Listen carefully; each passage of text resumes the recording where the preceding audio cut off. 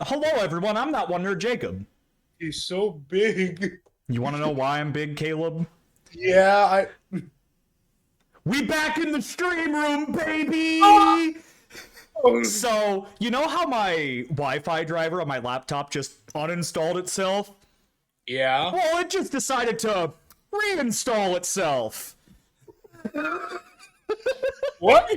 So here we are, I and was, did you and hit it with a hammer? got a new desk, got an L-shaped desk going on here. The old one is in the background. Guess what's on it? A piano. Keyboard. But yeah, and then hopefully this next paycheck, I can actually buy the PC that I was talking about in homies. If you're not a homie in the Discord, then you have no idea what the hell I'm talking about. You Uh, should you should like join the Discord. Whenever I officially start playing the game, I will. But yeah, so we're back in the streaming room now. It feels when me and Summer, like, we recorded our videos for the week. Or actually no, we recorded two of them in the living room. And then I noticed that the Wi-Fi capability was on again, so we recorded our third video of the week in here, and it's just like, man, it feels so good to be back. Have some privacy. Guess who's back? Back again. But yeah, even though the Wi-Fi driver reinstalled itself, OBS loads slow as fuck now. Oh no. It takes like 5 minutes for everything to fully pop in. So, Ooh. that being said, until I do get the actual PC, I'm still not gonna stream. So, hopefully, I can get that next paycheck. Damn, this upgrade is taking like a while to Okay, load. yeah, it is taking a while to load. But, whenever it does happen, oh man. You could like watch YouTube videos and like edit thumbnails at the same time. I know, right? I love the idea of multitasking. Also, if I glance down at the corner, I'm watching game 4 of the World Series right now. Who's Gonna winning? the Dodgers, they're already up 2-0 in the first inning. We're gonna That's 4-0 those fucking Yanks. Listen, if you're watching and you're a Yankees fan, fuck you. Dirty ass Yankee. it's all about the Mets, baby. It's all about the Mets. Here we go. Also, I changed it to where now my boom arm, instead of the microphone being like head on, it's to the side. So that way I have a little bit better mobility. For podcasting and stuff, I can just have it like this. But if I need to stream and I need to see the TV, I just extend it out. Boom, put it sideways, baby. Doesn't block my face or the TV. Oh yeah. Well, check this out. I've still got it in a Coke Zero, but we've upgraded. I tied together two hair ties that were too loose to be used. So Yeah? it keeps it's anti-tilt technology. Hell Look at yeah. I could bang on this thing all I want, and the only reason it would ever fall over is because the triangle keeps slipping. Bang on that thing, Caleb. Bang on it. Oh God, if I place this on an uneven surface. But yeah, But oh, and then last thing before we get into the main bulk of everything, we wanted to put a bookshelf, but I didn't realize that the old desk would actually fit in that space between the door to the room and the door to the closet. So I'm probably just gonna get some of those like wall mounted shelves, because me and Summer do want to display stuff in the background. you know, if a certain metal poster company would sponsor us, that would have been the perfect segment. Yeah, it would have been. I'm Too glad you bad they brought up don't. one. I'm glad. I mean, we don't chill for people that don't pay us, except for literally what we're about to do. We're about to get into board games. Okay, so we fucking love board games. Woo! Caleb texted me the idea last week. We were supposed to record this a week ago, but I had a really shitty Tuesday and I needed a walk in the fucking park. And God, did that help my mental health. Caleb, why don't you explain kind of what we're going to be doing today as an episode? So, us being those nerds on a podcast, sometimes we partake in the occasional tabletop game whether we referenced the Yu-Gi-Oh card table of Yield Luncheon, Luncheon. because we're old as fuck and nobody in high school will remember us. Yeah, sadly. Not even like the middle schoolers that knew us as high schoolers, but they were in middle school. Those guys are gone too. Dude, Anywho. even whenever I'm in disgust, I had wrinkles right here. God. Get me the moisturizing face wrinkle remover cream. I'm unironically growing a mustache, Jacob. We're cooked. It's okay. After Halloween, I plan on, even though it's patchy as fuck, one of my coworkers, his beard was patchy, but he was just like, trust the process. And now he's got a pretty good looking beard. So I'm gonna just trust the process after Halloween. I just had to shave so that way, Halloween makeup was easier to put on. Exactly. Anywho, so what we're gonna do is that we have a few options that we have presented. Don't look at these. No, it's all part of the package. I know, but I don't want the viewers to know yet. So we each chose 5 games that nerds partake of, and we are going to try and convince you, the audience, that maybe you should buy it, like all of these, all 10, all at the same time too. Don't save any money. Spend at least $300. We've literally three of my, almost all of my options could require $300 a piece. Yeah, most of my options are like I like pricey board games. Honestly, it's the pricey ones that make you feel good because it's like, yeah, I spent $80 on this board game. Yeah. And not only is it a great, well thought out board game, but everyone always wants to play it whenever we get back to it. Too bad most of my friends either don't play board games or don't live close enough to play board games. I can't wait to have a PC so I can play Tabletop Simulator. I was literally just about to bring up Tabletop Simulator. Yeah, I already have it. I already have it. We can finally play Settlers of Catan live on stream. Oh, fuck. Anyway, Caleb, since this was your idea, why don't you do the honors of leading us off with the first game? An old but classic. Hey, you. Do you like statues? Did that first episode, that first movie of Harry Potter, when with the fucking He's going to sacrifice himself. Exactly. The falling swords. It's chess, baby. Yeah, we like chess. It's thousands of years old.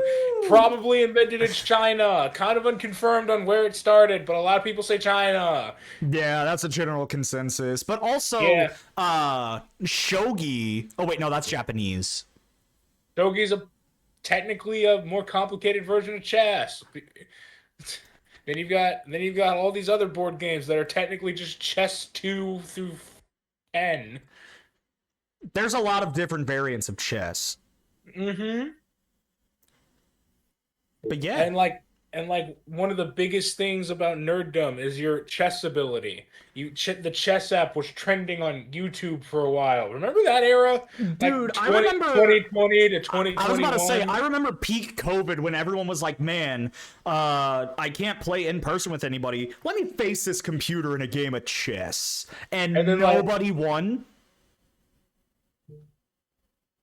And then they made little bots where you could play like your favorite YouTuber AI as a chat, and Mr. Beast was an option at one point. Man, remember when Mr. Beast wasn't? That's it. But yeah, so what do you enjoy most about chess? I enjoy the fact. Okay, listen. You could probably go down to the local pawn store and pick up a chessboard for $1. Yeah. If you're lucky, it might even have all the pieces on it. And if you're even luckier, it's one of those like all wood chess sets, like not the flimsy cardboard ones that are made by Hasbro, not those. We're talking like good chess set. We had one of those like fancy ass glass chess sets whenever I was a kid, and I think it only cost my parents $20. Here's the kicker. If you have pen and paper and the ability to draw squares that somewhat look like squares, as long as they look more like squares than they look like triangles, you're golden. You could just make your own chessboard and like tear up little pieces of paper, make your own chess pieces. You could be broke and still enjoy chess. Yeah, you genuinely could. Or you could drop $500 on a magnetic chessboard. This is on Amazon, by the way, with golden spirals with golden spiral pawns with intricate designs for all of the pieces on one side and copper on the other, and like the swirls look like they're made out of black marble and like this white granite, and you could just drop a shit ton of money on that and then be afraid to play it because it was expensive, but the magnets really At that point, you're just getting a collector's item. Let's go back to like the dollar chessboard from the pawn shop. Or that's the thing, you've got range. Or you could go to, back in high school, the 4 chess tables in the library. When I tell you that whenever we were in driver's ed, me and Cameron, and whenever we weren't driving, we were playing one of the games we'll bring up later, or we were playing chess. The fact that we wanted to play chess, one of my favorite things about chess is I feel like it's easy to grasp onto, difficult to master. It's welcoming to everyone. Like, the only learning curve is learning what pieces do what, but a 5-year-old could learn it. It is so simple, but it takes so long to master chess. Kind of like how Kirby came into existence. Easy to pick up, difficult to really, really 100% Kirby. Yeah. That's actually a good point, is that chess is like one of those things where you could have no idea what you're doing, and then you play a move, and then the opponent will go, I see you're playing the Sprungly Thunger Gambit. And then you learn other moves like fucking castling or bullshit like that. Like, yeah, there's definitely a curve, but here's the thing. As long as you're smarter than at least one of your friends, you'll have fun playing chess. And luckily, me and all my friends were, the same level of intelligence, fucking dumbasses, so we all enjoyed it. You looked at me quizzically. There was a gradient curve for some of us. All right, we go into mine. Yes, please tell us about your game. So I'm gonna start with one of the more simple ones that I brought to the table. Get it? This is Quelf. Woo! Whenever Caleb and Tristan got this for me for my 17th or 18th birthday, I thought it said Queef. You want to know why it caught our eye? Because you thought it said Queef. Tristan literally pointed and said, Queef. So, y'all want to know what Quelf is? It's wacky ass absurd bullshit. It's literally obey the card. You draw a card, there's different categories, right? So you got stunts. It's basically charades. You're playing charades for the card. You got showbiz. Oh wait, no. Showbiz is more of charades. Stunts is I forget. I think it's like a dare. I think it's like a dare. Rules. You have to, or the group has to, abide by that rule card until you get a new rule. Scatterbrains. This is quizzes. I fucking love... Oh, wait. No, this one isn't quizzes. This is the one where you go in a circle and you name stuff in that category. You can't repeat and you can't pause. Mm-hmm. It's kind of like the game of concentration forced upon you. Yes, and then Quizzle. This is the one that's more like quizzes. I looked, the two cards are next to each other. So, this game, first of all, for some reason it's recommended for ages 16 plus. I don't know why. I haven't seen anything that's, mature about this game. can make it mature. I mean, you definitely could, but it is just such an absurd, fun party game. Like, anytime we have friends over, we always try to play at least one game of Quelf, just because it's so funny. And also, the games don't take very long. It's 3 to 6 players, and I think most games that we've played of this last 30 minutes or less. 30 minutes being very rare. So if you're just looking for a quick, fun, goofy-ass board game to play, might I suggest Quelf? Anything to add, sir? No. All right, I love how we had like a whole 10 minutes about chess, and then Quelf is what? I mean, Quelf is one of those things where it's like, you don't need to really describe Quelf. People just kind of look at the box and like, gib. Yeah, no, like it is so fun. It is very fun. I recommend playing it more than once. All right, Caleb, what's your second tabletop game? So I wish I had actually brought like examples like you did. You brought props. So anyway, you like anime bullshit? Yeah, Do you like numbers? sometimes. Do you like beeping whenever you take damage?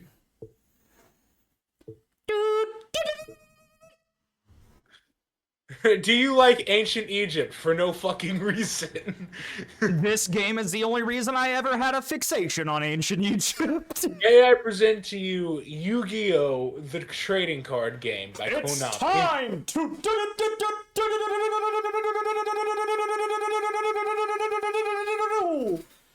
The thing is, most first turns took longer than that. Oh man, especially modern day Yu-Gi-Oh! Oh my lord. Remember when Yu-Gi-Oh! Was just a tea set and you end your turn? Yes, I do. And you could still do that if you really wanted to. Learn about all these different archetypes that you'll never use because you'll prefer Blue Eyes White Dragon every time. Shut the fuck up. Learn about all these different things just so you can try to get that one turn kill Exodia every single time. He's just calling out all the decks that I've tried now. Fucker. Shooting Quasar Dragon. Oh, now you're calling out Corbin. Okay. Need I say more? Look, it's actually a really fun game, and like the starter set is like $40 still, and you can get like these power cubes for like $12. Or, might I suggest, if you want a smaller format, much less complicated because it's only gotten to GX at this point, and quicker gameplay, they also have Speed Duel based off of Yu-Gi-Oh! Duel Links. This format, the decks are half the size, the board, instead of 5 monsters and spells and traps, it is 3, and you start off with half the life points. So for newer players, I always recommend picking up Speed Duel stuff first, because that just makes the learning curve into everything so much easier, especially because, like I said, it's only at GX right now, and 5Ds onward is where it starts getting a little complicated. The best part about each of these different formats is that there's literally an app where you can play these different game modes. Like Yu-Gi-Oh! Duel Links allows you to play Speed, and then Yu-Gi-Oh! Master Duel allows you to play the full format. You can't just say full format. You got to remember there's a difference between OCG and TCG. Listen, I don't remember any of that. I only know that there's a difference, but I don't know what it is. I think it's literally just the banned list. I think so. If you're gonna play in tournaments, there's certain cards that have been banned because they at one point people figured out they could break the game with them, so they're just like, maybe shouldn't do that.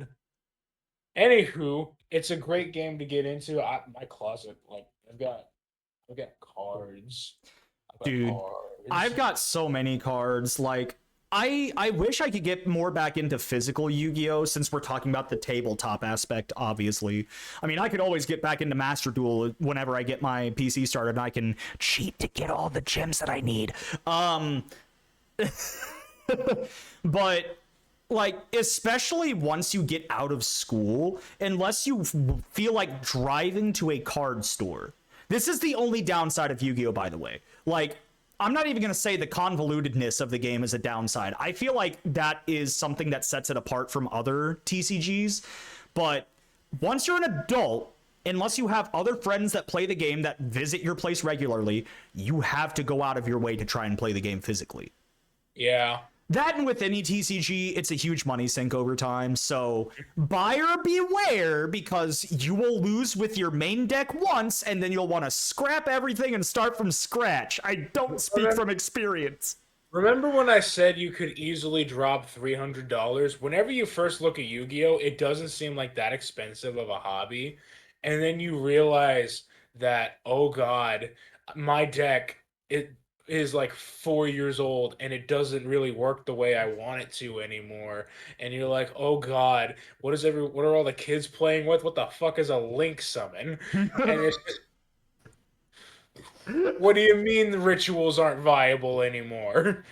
You know. I will say, I think like anytime I look, because I don't really buy physical cards anymore, it's just too expensive of a hobby. But I think anytime I look at any kind of card section at like Walmart, Target, whenever me and Summer go to GameStop and look around and we want to pick up a new game, Yu-Gi-Oh cards are always the cheapest out of the bunch. Now, is it because Yu-Gi-Oh? Find them. Yeah. Is it just because Yu-Gi-Oh, like in the grand scheme of the big three, Pokemon, Magic, and Yu-Gi-Oh, is probably the least popular out of the three? Yeah. But may I remind you who recently had a collab with Hello Kitty at McDonald's? Yu-Gi-Oh. Look it up. I'm being dead ass. I know you're being dead ass because I went to get Happy Meals for the cards. But yeah, Yeah. no, like Occasionally you will go to McDonald's and buy Happy Meals just to get those exclusive cards. But that being said, even though it might be the least popular out of the big three TCGs, it is so much fun to get into. If you're looking to just start off by playing casually, buying packs or starter decks is so easy. Like, again, regular starter decks are like $10. Speed duel starter decks typically come with 2 and are 12 to 15. Not to mention that there are stores where it's like, where if you're like, dang it, I need a third negate attack from my second deck. There's literally websites that are like, hey bud, I will sell you the specific card you're looking for.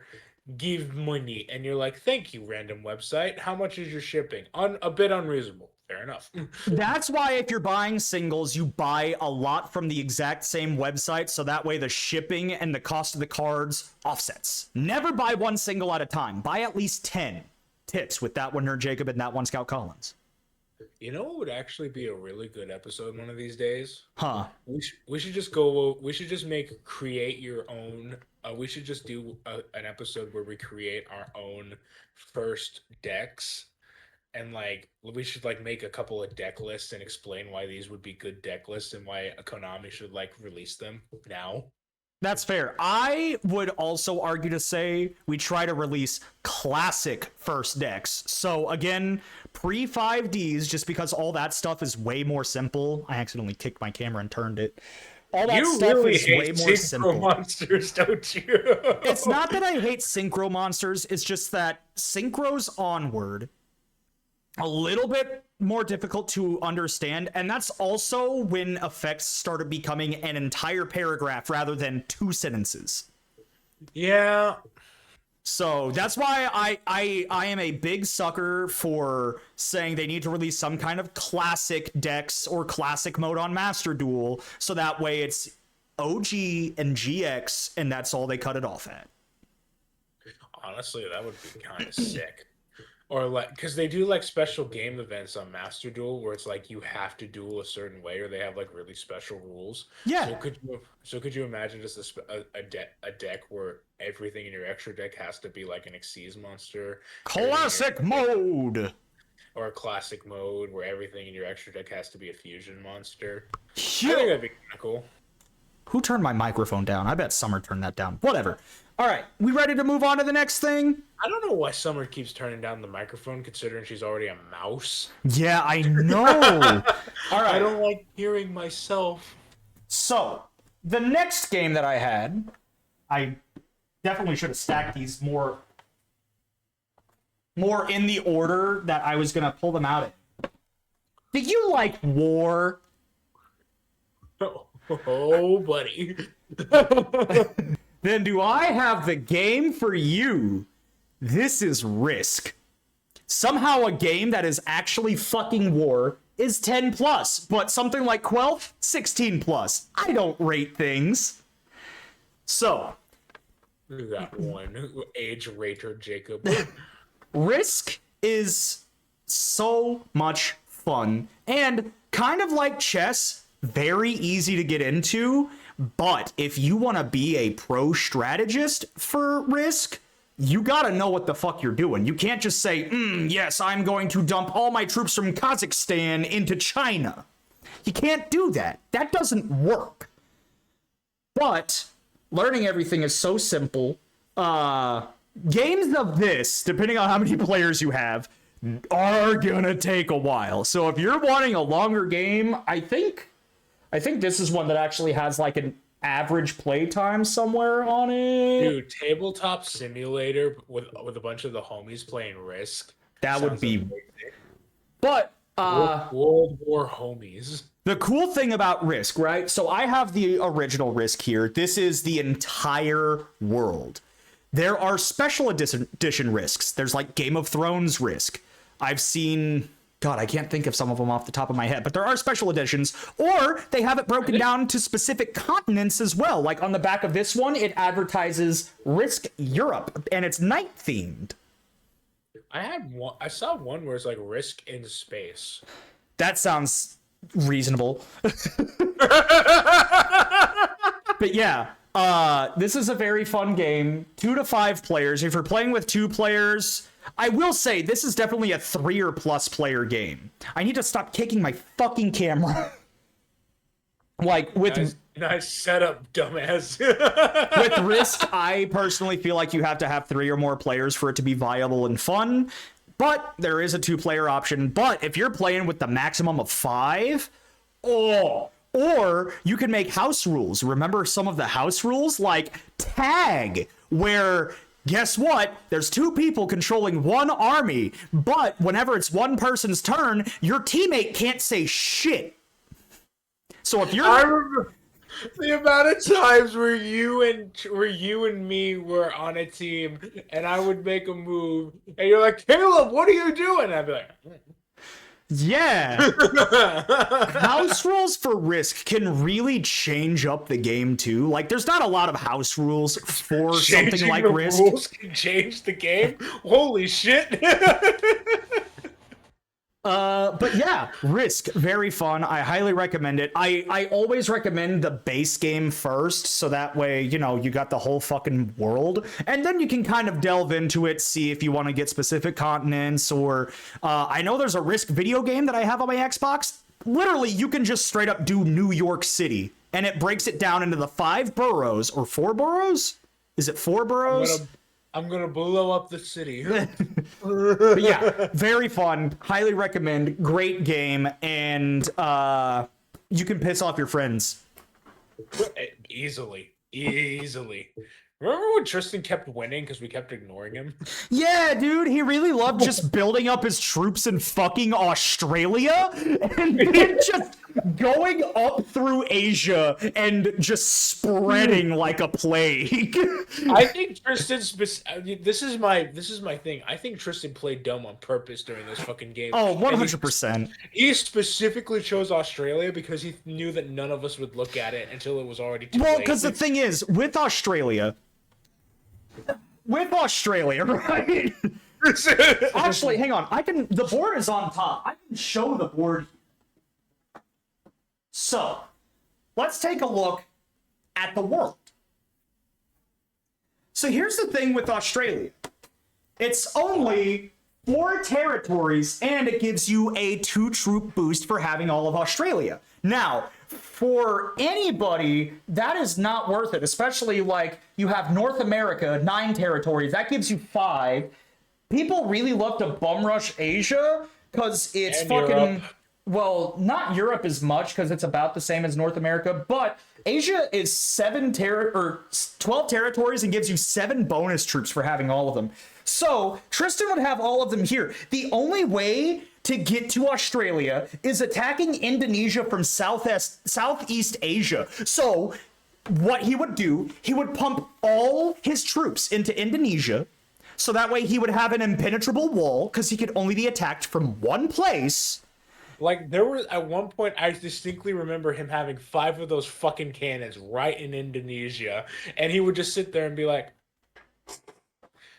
"It's Yeah. okay." So, in like like you can view Australia in two different strategies, and both are 100% valid.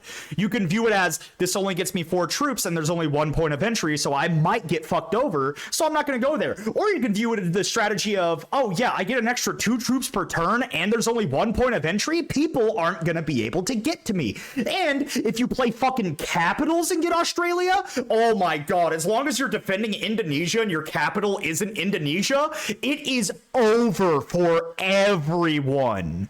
I think the reason the Australia strategy worked for Tristan is because he's Tristan. I know if my ass ever picked Australia, everyone would immediately turn and just say, "I don't give a shit about Asia," and the man who has Asia would just spam Indonesia over and over again.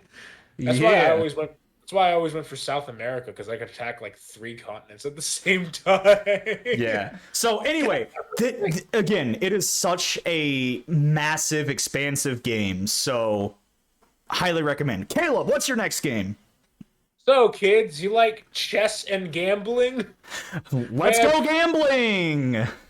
Oh, dang it. May I present to you Magic the Gathering? Yeah. Hey, Mr. President, there has been a second card game. Oh man. Great expansions, lots of crossover, kind of shitty lore. Magic the Gathering. Kinda shitty. Kinda. It don't make no sense. It really don't though. League of Legends lore makes more sense. And that's League of fucking Legends.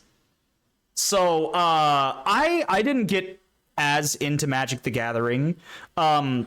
Shout out, honorable mention, Pokemon TCG. It takes a lot of what makes Pokemon work and what makes Yu-Gi-Oh work and combines them. And if you're looking for a slightly simpler format game, Magic the Gathering is definitely the way to go because there's not a paragraph of text. Most creatures or spells are limited to about 2 sentences of text per card, which is a lot more easier to understand than if this effect, then do this effect, and if this effect, then do this effect. If you activated both effects and activate this effect, if no effects, kill yourself. By the way, if you play this on Tuesday, it's immune to God. Like, those are Yu-Gi-Oh effects, whereas, like, Magic the Gathering effects, first of all, if you play a monster or creature, summoning sickness, it can't attack the first turn unless it has haste. If it has haste, you can put that motherfucker down by tapping 2 mountains, and it can immediately go after your ass. Flying creatures, they can't be hit by anything unless it's another flying creature or it's a ground creature that has range. It just makes sense. It does. You just look at the card and then you use a little bit of common sense and then it just kind of makes sense. You know? Yeah. It's a very fun game. In the terms of the big 3, it's right below Yu-Gi-Oh for me. I want to get back into that, but I know less people that play Magic than I do Yu-Gi-Oh, which is fucking wild. But in my profession, everybody plays fucking Magic the Gathering. Even dudes that are like not nerds like at all have a deck of Magic. That way, because they get bored, because you're out in a field somewhere or out in the snowy mountains and you're fucking bored and your cell phone doesn't work because you're in the snowy mountains and you're just like I can only read this and I can only read this book and jack off so many times. I need to do something else. straight jorking it. Straight jerking it into tank. Imagine you finish and you accidentally fire just.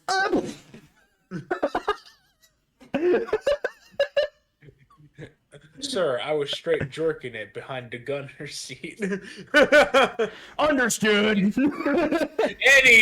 Anywho, one and the best part is that all these other fandangled games, they got all these new rules.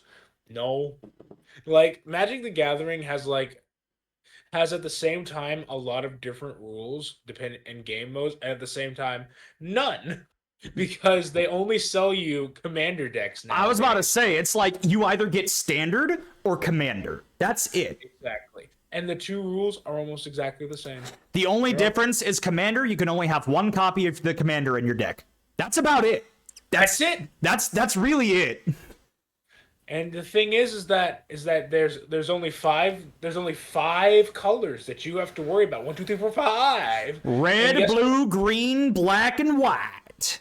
Exactly. They don't make enough structure decks that are just a color, but that's okay. Yeah, most of the structure decks are dual colored. Single color works too. I remember whenever I was in college, the frat that I would always go to, that I was never actually a part of, played Magic all the time, and it convinced me and Dallin to split some money on a game night starter bundle, which had 5 decks, one of each color. Me and Dallin wound up splitting it up, and then whenever COVID hit, he's like, hey, I'm not going to use these, take. So I had 5 starter decks, and I wound up being able to make single colored decks, dual colored decks. I never delved into tricolor because I feel like that would make me want to kill myself. I saw a commander deck that had 4 colors on it at my local game store. Ew. It was green, white, blue, and black. Bro, what kind of heart of the cards bullshit do you have to believe in to even get the right land? I saw it was, and the weirdest thing is that the cover of this commander deck, I don't even remember the name. I just remember it was a black wood elf, and I knew it was a wood elf because of the leaves. Yeah. At the same time, he had flowing red hair that looked like it was kind of on fire with blue lipstick, and I was like, "What the fuck are you? What is this?" So, that's weird. But aside from that, it's a lot more simple to get into than Yu-Gi-Oh! For the most part, more people are going to play it out of any of the 3 major card games. You So, will pay more money right out of the box. yes, Magic cards are hella expensive. Yes. They have great crossovers, though. Lord of the Rings, it's in there. Haven't they had a Rick and Morty crossover, or am I thinking of something else? Nope, Rick and Morty, they're in there. Yeah. That's fucking crazy, ain't it? Yeah. Me when I floop Pickle Rick in order to win game. Oh, man. So, Oh. you ready for the next game? Yeah. I'm gonna avoid making any political comments for this game. Have any of your friends ever called you Hitler? Boy, all the time. Well, Secret Hitler might be the game for you. So, Secret Hitler, Adult Among Us. So, in Secret You're saying Hitler, they let kids play Among Us? Secret Hitler. Here's the premise of it. You're in 1930s Germany. You have 2 parties, the fascists and the liberals. And the fascist job is to make Hitler president. The liberals' job is to either pass enough liberal policies to keep him from taking office or to kill Hitler. And it is a social deception game. There are multiple boards. Let me show you every single board. So let me. Why is Caleb so good at making Hitler win? So we'll start with the first board. 5 to 6 players. So you can see here, this is the fascist side. These do nothing. And then these spaces that have different things on them have different abilities. Like these 2 bullets, the president just gets to fucking kill somebody. And then the liberal side, there's less spaces, but they get no effects. So like sometimes, even if you're on, the liberal side, it's good to pass a fascist law, so that way you might have the potential to fucking shoot Hitler. All right, next board. This is 7 or 8 players. So now you see there's one less, nothing space for the fascist side, and then you get This lets you investigate any player. You can tell the truth, or you could be a liar. And no one else could know because your role is hidden. No one else is allowed to see your role card unless someone plays this. This one is literally a hostile takeover where the president just fucking picks the next chancellor, whereas normally it goes clockwise. And then, shoot Hitler. And then this one, oh man, every fascist space has something going on for it. Wait, what was on the other? You didn't show me the other side for the liberal. Oh, none of the liberal boards have anything. Yeah, the liberal boards are all like, oh yeah, we're just trying to hurry up and win. The fascist boards, again, are what have the power-ups. And, this is done democratically. The chancellor elects a president. And then, as a citizen, you get to vote ja or nein. So, yeah, also there's way less fascist policy cards. These are the policy cards. They're basically just fucking wood. There's way less fascist policy cards than there are liberal policy cards. So, if you play a fascist card, that's sus. Bah. Unironically, though, like, jokes aside, whatever your political beliefs are, this game is so fucking fun. Like, it will, like, after the first round, especially if it's a 9 to 10 player game, oh, you will be yelling at the other people in the room. You will be screaming at them. Hitler, no! It is the best form of pissed off you will ever be.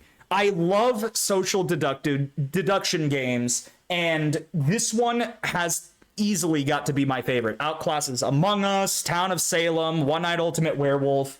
One Night Ultimate Werewolf. You want to see the box for it?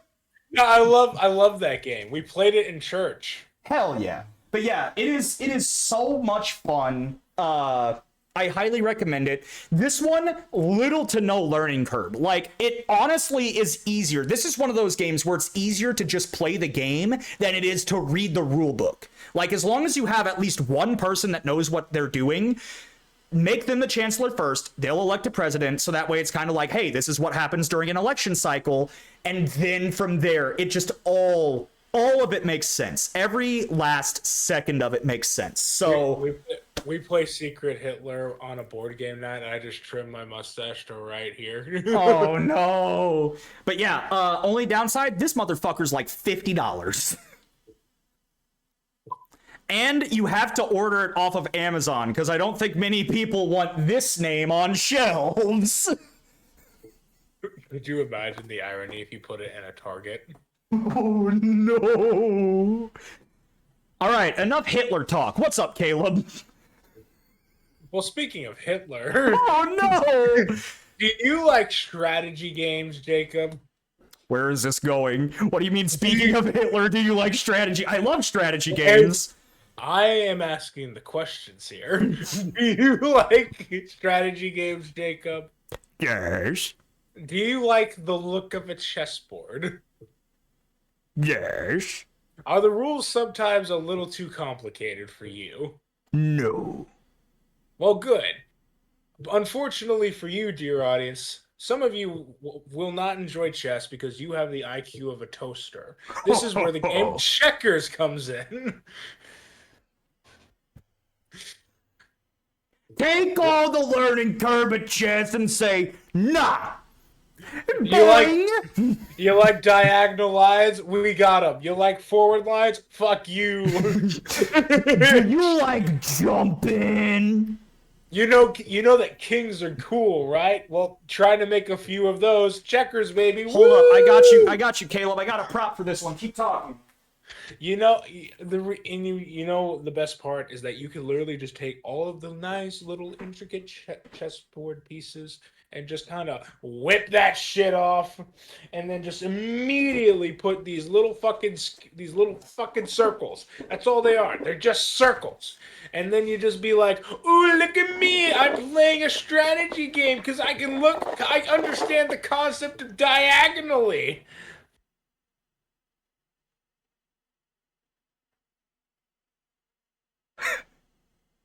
football. And Anywho. instead of kings, they get helmets. Like, I'm glad you're happy, Jacob. this is a regular side, and then to king it, you flip it over and boop, boop. I'm so happy for you. I don't play this one a lot.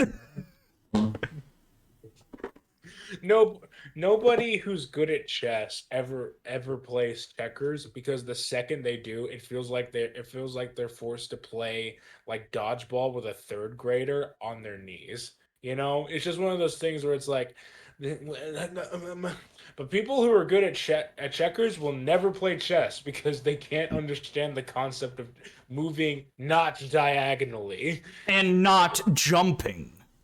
Exactly. You like that bounce? You like the little click, click, click? Oh, flip that thing over. You got checkers. It also has the benefit of you could go down to the local pawn shop right now and probably pick up a checkers board for $1.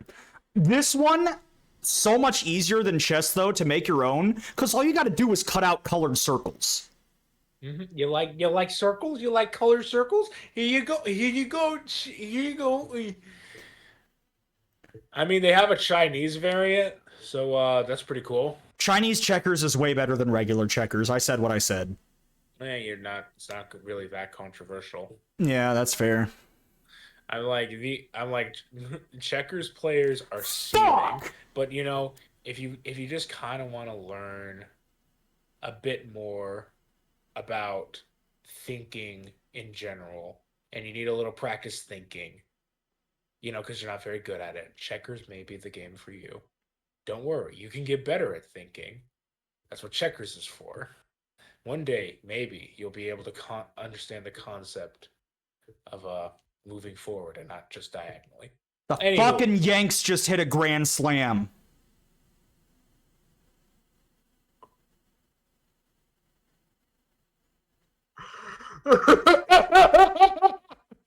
Isn't that like the bottom of the first, top of the second, or something? It's bottom of the third. Okay. Oh, wow. The score is 5-2. Yeah, they probably won't do that again. It's the first time they've done it since 1998 in a World Series game, so yeah, you're probably right. Anyway, are we good to move on to the next one? Yeah, I think I've rattled the checkers players enough for today. I'll be coming back for you. Do you hate the monotony and how similar board games play every time you play them? Do you wish a board game could be a new experience just about every single time? Yes. Then do I have a $60 board game for you? Woo! Betrayal at the House on the Hill. You see, the board here is not traditional. The board is tiles. But those tiles aren't pre-placed. You set them as you enter a room. No two games will be the same. And I mean, they could be. There's a limited amount of tiles. But it is very, very unlikely for you to get the exact same rooms in the same order, the exact same item cards that you draw, the exact same event cards, the exact same omens, the exact same scenarios. Like, it is just ever changing. Look, playing time, 1 hour. That's chump change. I've seen a fucking 2-hour game of Betrayal before. You remember them 2-hour Yu-Gi-Oh classics? Well, I remember them 2-hour Betrayal classics. I think I was there for one of those. The first time I saw anyone play Betrayal at the House on the Hill was on Smosh Games. They were doing an episode of Board AF. They played Betrayal at the House on the Hill, and at first I was like, this looks stupid. And then they went into the first room, and I'm just like, oh, it changes! But Jake, are there any ways that I could even further change up the Betrayal of this house on this hill? They do have an expansion pack. More rooms, more scenarios. Yowza! And every, 3 or 4 years, they release a new edition that changes some of the haunts and everything. I have the 2nd edition. They're on the 3rd edition right now. Great googly moogly! But, let me see how well I can open this up. Oh, God, pieces are everywhere. How the fuck did this happen? Never mind. This is a problem for future Jake to sort out. There are so many small pieces. I need to get Ziploc baggies so that way I can keep everything in one place. A But box of sandwich baggies is like $2. I know, but look, there's a mild explanation on the back. You got dice. They go from 0 to 2. You got different rooms, different character cards. Each character has different stats, and each card has 2 sides. So there are a total of technically 12 players in the game. 12 characters, I guess I should say. Each with different stats, so if you want to be a smart motherfucker, you can go with one of the characters with high intelligence. Or if you want to be a strong motherfucker, you can go with Ox. His name, I think it's like Ox in quotation marks, but everyone just calls him Ox. Or if you want to be fast as fuck, you can be Flash. Bam, alakazam. So Ox, very strong, very stupid. Flash, very fast, very fucking stupid. But again, this game changes every time.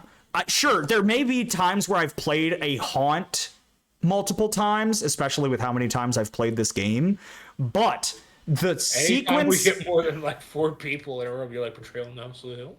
Yeah, but any time that I get the same haunt, the things that lead up to it are never the same. So it's a fresh game pretty much every time. Like, this is a game that never gets old. To tell you how much it truly works, my nephew's not a big fan of board games.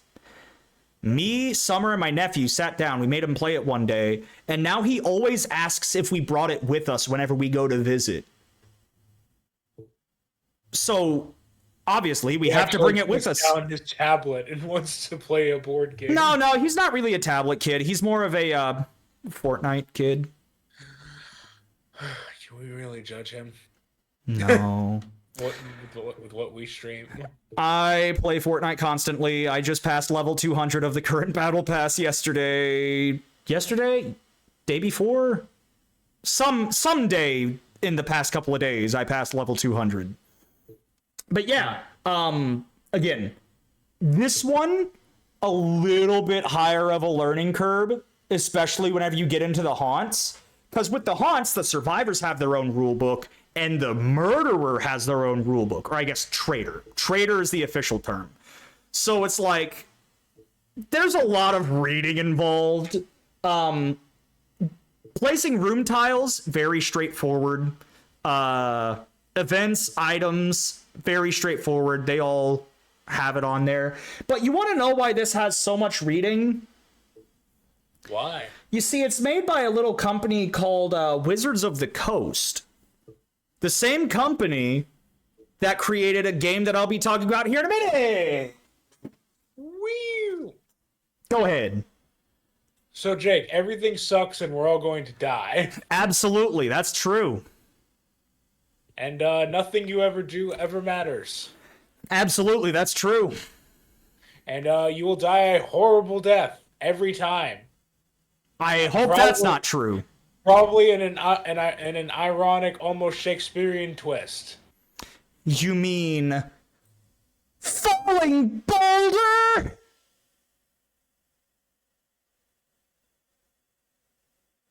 No, probably not. I mean, that would be really funny. Yeah. Anywho, let me introduce you to the wonderful sci-fi universe of Warhammer 40k. So, I underestimated the cost of these things whenever you first told me about them. Yeah! Been to a couple of game stores. Whenever I go to check the D&D section, Warhammer is right next to it. God fucking damn, Caleb. This is one of those games where you will basically have to spend $300 if you want to play it at all. Yeah. Do you like painting? A little. Well, you'll have to paint it, your figurines after you put them together. You're gonna fuck up putting them together a couple of times, but that's okay. You only paid $80 for the model. Great. But the tabletop game that started over 200 books of lore, all of which are canon and at the same time not canon. Nothing is canon, everything is true. That is the literal line of Warhammer 40K. As there are basically these objective points that you have to go and you have to take them. Mm-hmm. Here's the thing is that you, one of the players, have the ability to construct your checkpoint in a three-dimensional space. So let's say that if you wanted to take this stand and put your objective at the very top of this and then place it on the board, the distance from the table to the top of that objective matters because there are models that can fly. So they're the only ones that can get up there. Yeah. And then the other way to win is to completely kill the other player's army. Yeah. That is, and depending on what you kill and when you kill it and what checkpoint you take and how and when you took it gives you a certain amount of points, and the person with the most amount of points at the end of the game, if he doesn't take all the checkpoints and he doesn't kill all the players, because there's a certain amount of turns, at the end you win. Yeah. And the best part about it all is that no matter the skill level, you can walk into your local game store, pick up a box, and play this game. And then the best part about it is that with all of the extensive lore, there's a faction for you. You like communism? We got a faction. You like BDSM? We've got a few of those. You like not showering ever? We got a faction for that. You like ripping people in half with a chainsword? We got multiple factions of that. You like yelling blood for the blood god, skulls for the skull throne? Oh boy, do we have some factions for that. You like pissing off people just because? We got a couple of factions for that. You think they... Are you in that one? Maybe. You like betrayal? We've got a couple of factions for that. I love betrayal. You like magic? We got a faction for that. Oh, I got my magic cards in the living room. You like explosions? We got a faction for that. You like just spamming humanity in a certain direction? We got a faction for that. You like jazz? You like spamming cockroaches in a certain direction? You did not have to pause there. And the fact that it was a short pause. You like cockroaches? We've got a faction for that. You like jazz? You like really buff British orcs? We got a faction for that. Oh, bloke, come here and go bash your skull in. Literally the entire lore of the faction is that one sentence you just said. Great. Great. Although they don't say bash your skull in. Here's what they're gonna say. I'm gonna give you a proper crump. Crump? Yes. Crump. Yes. One of their most popular spells is called "da jump." The Do you know what it does? 30-foot jump. Yes. Every single character, including the motorcycle. Wait. Am I right about the height, or is it variable? It might be 30, it might be 50, but the point is that even the motorcycles jump. Imagine motorcycle sitting still, suddenly, boing! Literally. Imagine a helicopter. Imagine a helicopter with no engine, but for some reason it still spins and flies. Because the orcs think that that's how that works. Helicopter, boing. Yes. Imagine you blow the wings off of an airplane and it just becomes a car. Imagine you blow a dude. That would be Slanesh. Anyway. Why do you know the faction? Like, dude, I can't. Once you make it past a certain iceberg that I will not mention in this episode, you're kind of just locked in. That is fair. It's like, there's a certain, and the lore is great. The lore is great. It's sometimes comically stupid because I just described the orcs, and it's the same universe as, hello, humanity. The universe is split in half. You run one of the most evil fascist dictator governments in the universe. Thousands of people die on single planets every single day. The church ate the mail post. The church ate the mail service, and all of your mail is delivered by the Navy. Okay, good luck. That's humanity. Then you've got elves. You've got the Tau, which is basically the Blue Man Group. You like Gundams because they've got Gundams. The Blue Man Group with Gundams, and who are also space communists.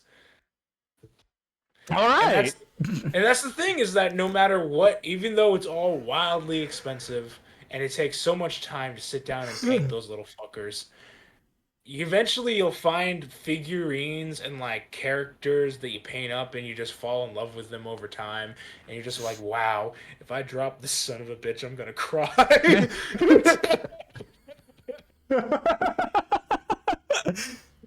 And then your kid tries to take all of them one day because you accidentally left them on the kitchen counter, and your wife has to dive to save your figurines. God bless you, Charity.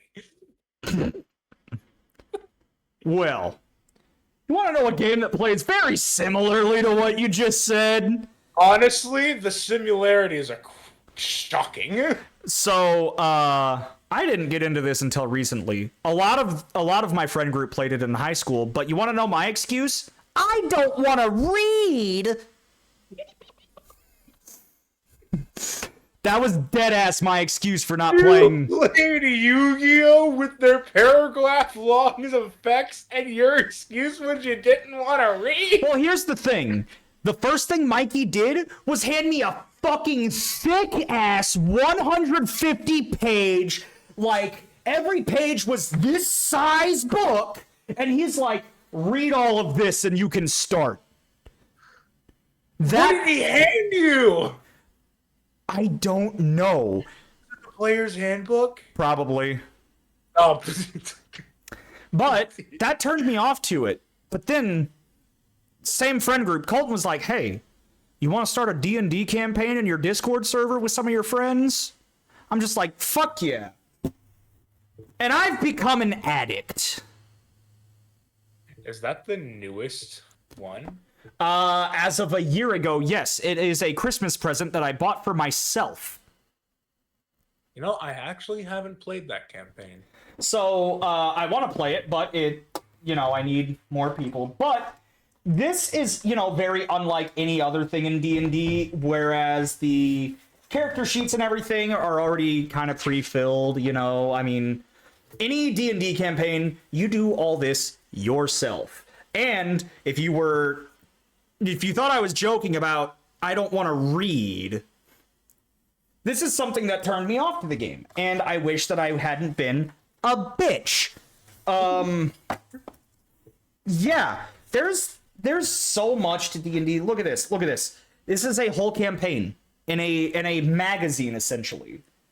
Mm-hmm. Like, I need to play this so fucking bad. Is this that one DM, Jacob? So, I am working on a campaign. If I can get enough people that know that they can be on a weekly stream, I want to stream this campaign. I currently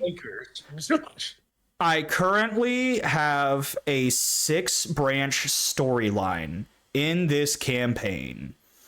Okay. I thought you were about to tell me that you have a 6-branch storyline that you wrote, and I was going to be like, when did you have the time? I haven't written it yet. Oh.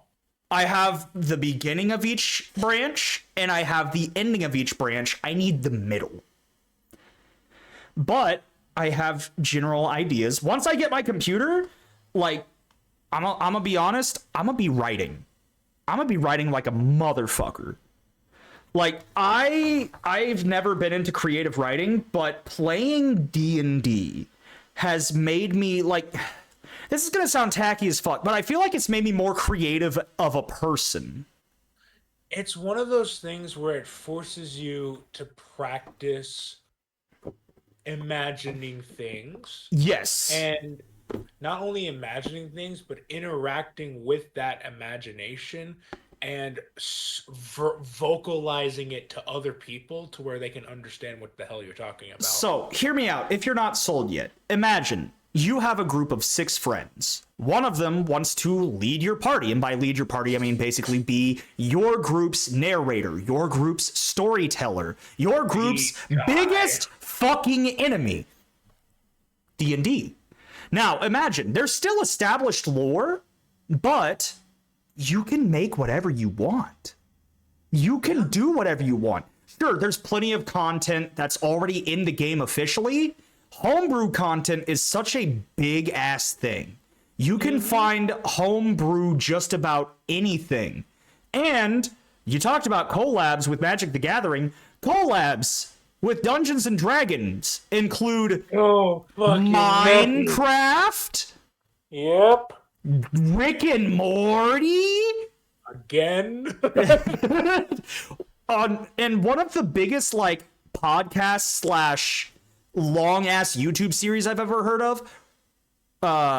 Fuck. Why did I already forget what it is? Is it Roll for Initiative? That is one of them. With Matthew Mercer? No, that's not Matt Mercer. It's hold on. Critical Role. So you've also got small time ones like Arcane Arcade. yeah, but Critical Role is how I initially heard of D&D. Now, granted, I didn't find out about these until I was out of high school, so I never really had 4 hours of free time. Unless I'm playing my own campaign. But I had heard of it because it was so big. Like, even though I had maybe 1 or 2 friends that really liked D&D, I would still see it fucking everywhere. And I do mean everywhere. And then we finally started playing, and Colton explained to me, he's like, hey, I will tell you all the complicated shit when you get to it. Let me show you the simple shit of making a character sheet, and then guess what? From there, smooth sailing. And oh my god, the first time I made a character sheet took me 15 minutes, and after that, it makes so much sense. And the only time I have to pause and think about stuff is whenever I get new spells. That is it. Like, Colton's a great DM. What the fuck? Even though, like, okay, if you were like me and there's the big ass player's guide, if you see that, do not let that like drive you away from the game like it drove me away. I really wish. Go ahead. All that player's handbook does is it allows you to, once you get a little bit of experience and you kind of understand how the game works, you can open that and go, I know how the game works now. How can I make a character exactly the way I want to do it? Yes. Down to the last detail. Yeah, like, again, don't let that book drive you away. If you have a good DM, such as we do, shout out Colton, they will guide you through the easy shit, and then the hard shit, whenever it comes up, will just make sense. It'll just make sense. Yeah. A lot of the things that make D&D seem complicated when you first open the book and you're like, makes a lot more sense in context when you're actually in the game. Because you're like, what the hell is role playing? What the hell is combat? What do you mean? Which stats affect what? Again, let me kind of pull out one of these character sheets again.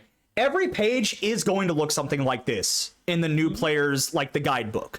Every page will, but it also has every race, every class. So in that entire guidebook, you're probably only going to have to memorize a handful of pages.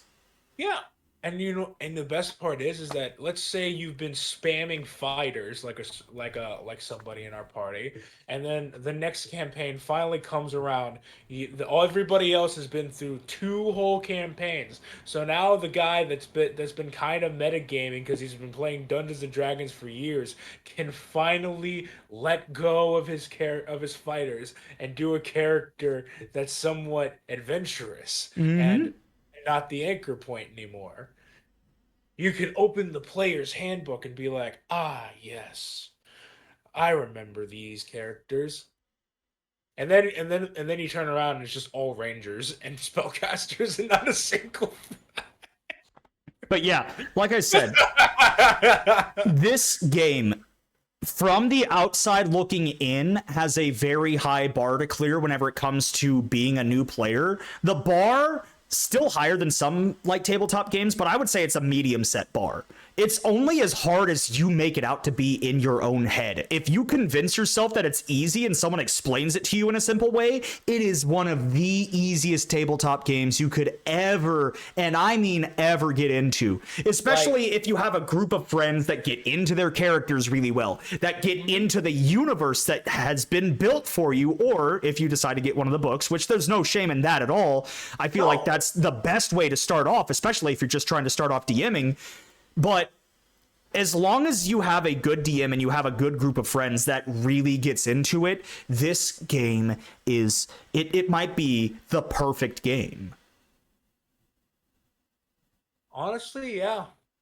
And even though, like he said, he created his character in 15 minutes. My second one, though, I created in 5 because I knew what I was doing that time.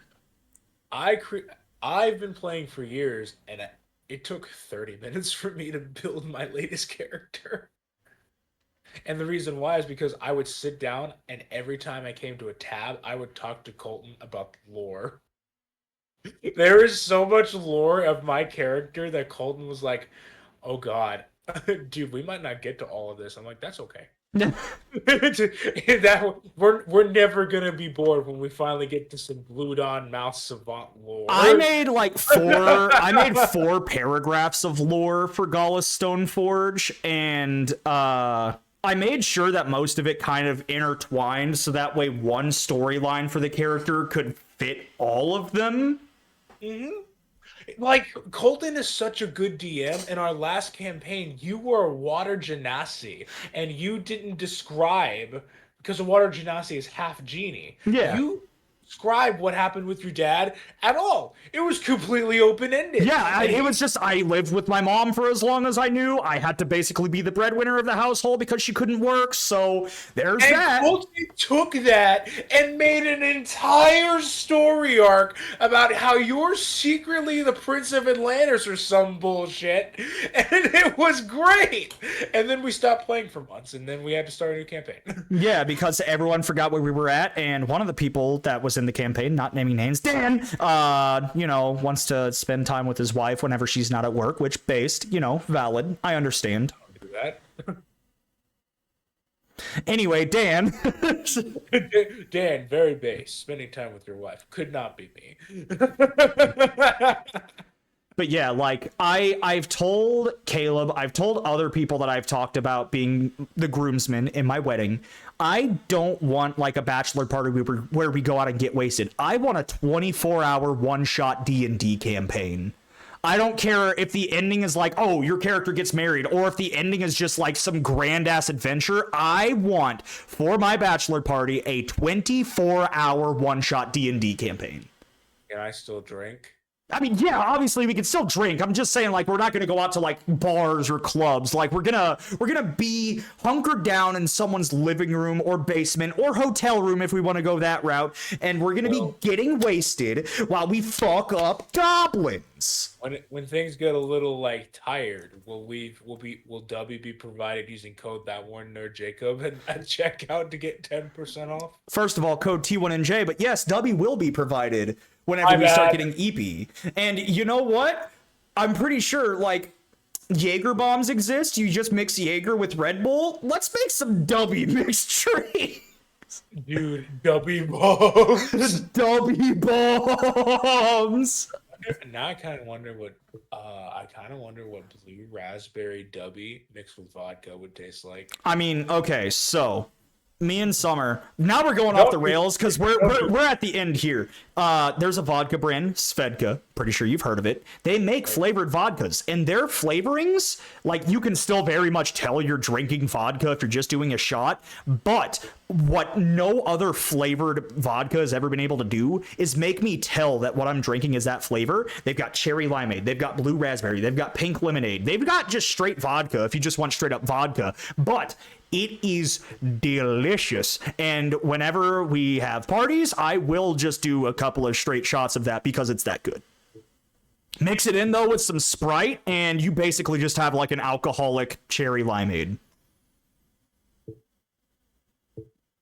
Anyway, that was my last game. That was your last game too, right? Because you started. So yeah, I want to play more board games. So whenever I get a PC, expect a lot of tabletop simulator streams because I will totally play tabletop simulator with you like all the time. Like the best part is the table flip mode. So anytime the shit talk gets a little too real, just meh. Yeah, I remember we were playing with like Avian, Colton, Dan. I think this was in Matt's server before you joined, but someone, I forget who it was, just got drunk and kept hitting flip table. Damn, that's crazy. Whoop. But yeah, we're at an hour and 15. Caleb, do you have anything else you need to say to the people?